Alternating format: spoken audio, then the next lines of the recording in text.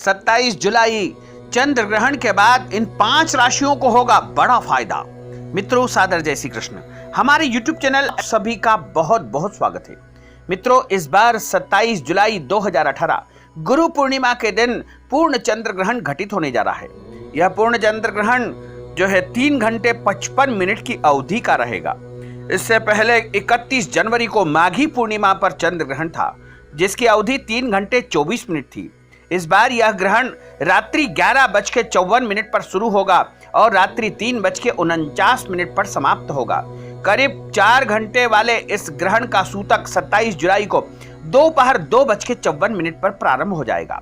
सूतक लगते ही मंदिरों के पट बंद हो जाएंगे। इस दिन सभी लोग गुरु पूजा व अन्य धार्मिक अनुष्ठान सूतक लगने से पूर्व ही कर लेंगे और जैसे ही सूतक प्रारंभ होगा उसी समय जो है अपने अपने घर के मंदिरों के पट और जो भी मंदिर रहते हैं वहां के पट बंद कर दिए जाएंगे।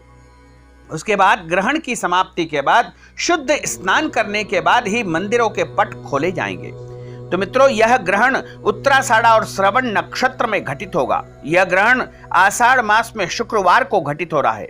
शास्त्रों में आषाढ़ मास में होने वाले ग्रहण से कहीं कुछ वर्षा, कहीं रोग, कहीं अन्न का लाभ तथा वर्ष में शुभ फलों की प्राप्ति हो सकती है। ग्रहण क्रूर ग्रह मंगल से युत है, इसलिए शासक वर्ग को जो है यह परेशान करेगा। ग्रहण शुक्रवार को होने के कारण शुभ फल देने वाला होगा। चांदी, चावल, दूध और रुई आदि पर इसका जो है नकारात्मक प्रभाव पड़ेगा। मकर राशि में यह ग्रहण घटित होने के कारण जलीय जीव जंतु, समुद्र में से उत्पन्न औषधियां आदि भी प्रभावित होगी। यह ग्रहण भारत, नेपाल, म्यांमार, बांग्लादेश, चीन, ताइवान, दुबई, सिंगापुर, मेक्सिको, संपूर्ण एशिया, यूरोप, ऑस्ट्रेलिया, अफ्रीका, दक्षिण अमेरिका, प्रशांत महासागर, हिंद महासागर, अटलांटिक महासागर, Afghanistan, Indonesia, Iraq, Israel, Iran, उत्तर Korea, Oman, Qatar, Cambodia, Kuwait, Japan, Georgia, Taiwan, Jordan और विश्व के ऐसे कई देश है जहां पर यह चंद्र ग्रहण पूर्ण रूप से दिखाई देगा।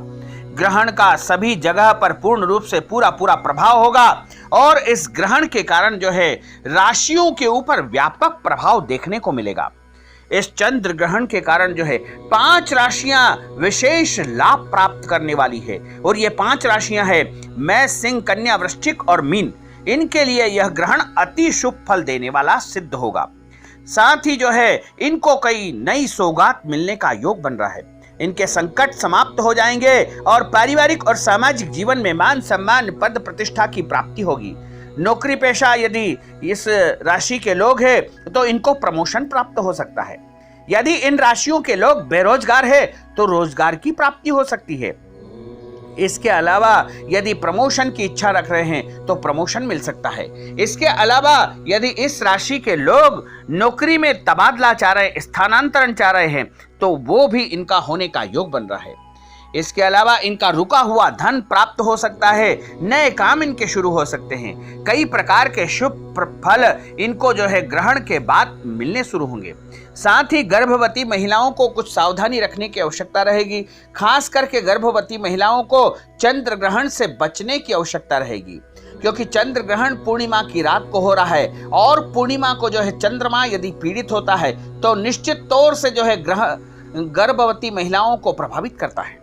तो सबसे पहली बात यह है कि गर्भवती महिलाओं को घर से बाहर नहीं निकलना चाहिए।